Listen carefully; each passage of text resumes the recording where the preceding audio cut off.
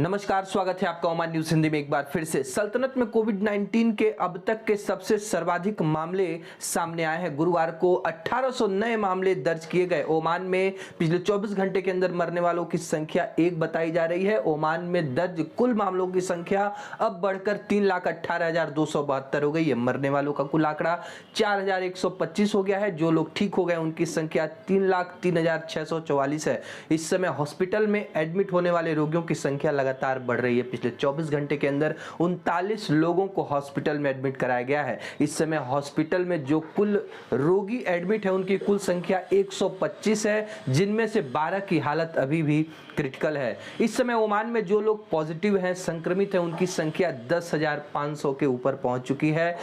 स्वास्थ्य मंत्रालय ने लोगों को चेतावनी जारी करते हुए कहा है कि देखिए, पहले मामले जब बढ़े तो संख्या केवल एक दिन में 755 के करीब आती थी। अगले दिन ये संख्या घटकर 605 हो गई, लेकिन फिर से संख्या बढ़ी 727, 1113, 1315, 1619 और अब ये आंकड़ा 1800 पे पहुंच चुका है। तो ऐसे में जो भी एहतियात उपाय हैं वो आप पालन करिए, और जिन्होंने अब तक वैक्सीन नहीं लगवाई है, वो चाहे बूस्टर खुराक की बात हो या फिर जो भी आपकी वैक्सीन बाकी है उसको प्लीज कंप्लीट कराइए। कोविड-19 के संक्रमण को वापस से पुराने औसत पे लाने के लिए सुप्रीम कमेटी ने लोगों से आग्रह किया है कि आप जहां कहीं भी जा रहे हैं, खास करके मस्जिद में या फिर मंदिरों में या फिर जो भी आप सार्वजनिक जगहों पे जा रहे हैं, वहां पे अपने और अपने आसपास के लोगों के स्वास्थ्य की रक्षा के लिए जो भी एहतियात उपाय गवर्नमेंट ने जारी किए हैं उसका पालन करिए। मास्क लगाइए, सोशल डिस्टेंसिंग मेंटेन करना बहुत ही आवश्यक है।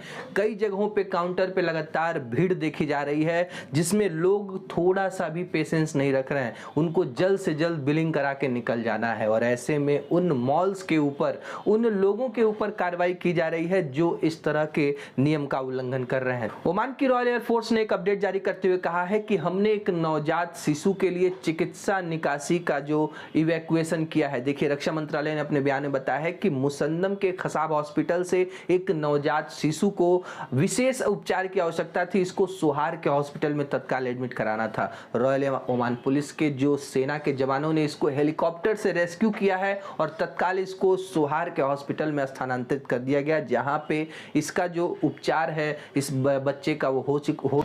ओमान के मौसम वैज्ञानिकों ने अपडेट जारी करते हुए कहा है कि जो तटीय इलाके हैं वहां पे लगातार बादल इस समय सल्तनत के अलग अलग हिस्सों में छाए हुए हैं, और ऐसे में कई जगहों पे लगातार बारिश होने की संभावना है। और देखिए, जो भी लोग उत्तरी अल शर्किया, अल दखलिया या फिर दक्षिण अल बतीना, अल वुस्टा और डोफार के राज्यपालों में कहीं कहीं पे बारिश या फिर तेज हवाएं चलने की आशंका है। तो ऐसे में कोशिश करिए कि ज्यादातर आप अपने घर में ही रहें। यदि बाहर कहीं जा रहे हैं तो मौसम के पूर्वानुमान को, गवर्नमेंट की चेतावनी को ध्यान में रखते हुए कहीं बाहर निकले।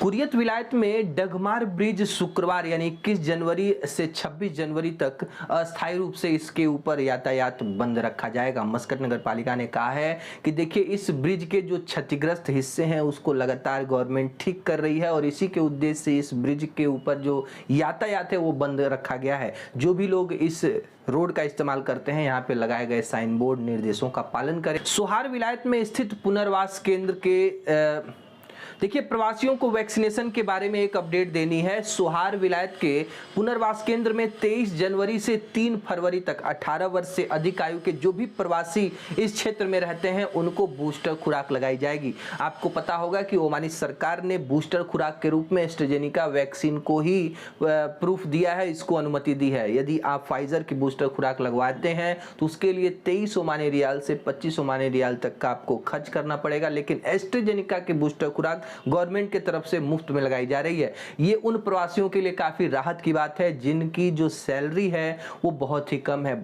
निजवा विलायत में एक पहाड़ पर जो ट्रैकिंग करने गया एक यात्री घायल हो गया है। रॉयल ओमान पुलिस की टीमों ने यहां पहुंचकर इसको वहां से रेस्क्यू करके निजवा के अस्पताल में एडमिट कर दिया है। देखिए, किसी भी प्रकार की अनहोनी होती है, आपको मदद की आवश्यकता है, 9999 पे कॉल करके आप आरओपी की मदद ले सकते हैं। आरओपी की टीमें ये नहीं देखती हैं कि आप ओमान के निवासी हैं या फिर आप प्रवासी हैं या फिर आप एक टूरिस्ट हैं। आपको यदि मदद की आवश्यकता है तो ओमान की सेनाएं आपको मदद लेकर के जरूर आएंगे। भारत के केंद्रीय स्वास्थ्य मंत्रालय ने पिछले 24 घंटे के अंदर 3,47,000 नए कोविड मामले दर्ज किए हैं। 703 लोगों की मौत पिछले 24 घंटे के अंदर हुई है और इस समय भारत का जो एक्टिव केस लोड है वो बढ़कर 20,18,825 हो गया है। भारत में डेली पॉजिटिव रेट बढ़कर 17.97% दर्ज किया जा रहा है और इस समय भारत में ओमिक्रॉन के कंफर्म केस की संख्या 9,692 हो गई है। देखिए ये जो ओमिक्रॉन के केस की संख्या है वो पिछले दिन के हिसाब से आज 5% ज्यादा इसमें वृद्धि दर्ज की जा रही है। और ओमान के जो यातायात महानिदेशालय ने कहा है कि ओमान में खराब मौसम के चलते जो दृश्यता है, विजिबिलिटी है, वो कम रहेगी। ऐसे में वाहन चालकों से अपील की जाती है कि गाड़ी की रफ्तार स्लो रखें।